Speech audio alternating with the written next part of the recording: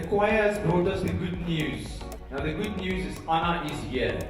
Without the support and the dedication of our principals, Motheo is but nothing. We want now to request colleagues to see this assessment not as an end in itself, but as a means now to an end. What is important is what are the lessons that we are going now to draw out of this particular exercise?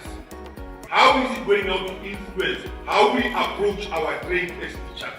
How is it going now to influence how we are going now to conduct even our own internal assessment as we approach the end of the year? We must see it as a way or as an instrument that we are making use of now to sharpen our skills so that our system can function as Mr. Zubek indicated earlier on, like a well-oiled machine.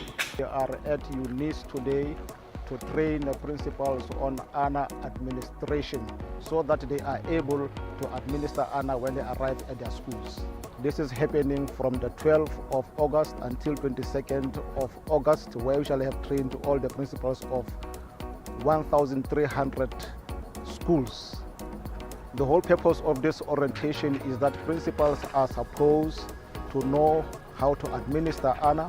They should also be able to go when they arrive at their schools to go and train educators so that educators can also administer ANA properly. The whole activity of the orientation of principals is happening throughout the province in all the 5 districts. Now what is happening here in Motheo, we are giving out the manuals to the principals, but that will happen in all the province to give out the manuals to the principals and the brochures. These manuals will be able to guide principals so that the ANA is administered properly.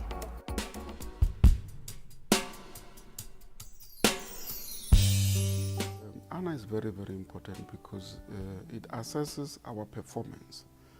It checks whether the children are understanding what we are teaching them. Also remember that ANA is being benchmarked internationally. So our children they can't wait until only when they're in matric to be able to be assessed internationally, because also the grade 12 results are also benchmarked internationally. So ANA is helping us to identify the weaknesses, and we understand that the weaknesses that are demonstrated by the learners truly have got a reflection on our teaching strategies and teaching methodology. And therefore, once we have picked up the results of ANA, we are able to review our own strategies, upgrade the way we teach, and sometimes assess even more to realize that learners need more assessment. Because, the critical thing also about assessment is that if you look at schools, sometimes they tend to only ask children low-level questions, the questions that children can master very easy. But with ANA, it starts introducing higher-level questions that are challenging to children. Some of the questions are open-ended, so that children could be able to use various skills to be able to answer and reason. And I think this is a very important development because it will then improve our learners for higher studies. By the time they reach grade 10, grade 11, grade 12, they'll be so good, they'll be used to answering difficult questions. So I think ANA represents a huge progress, especially at the primary schools.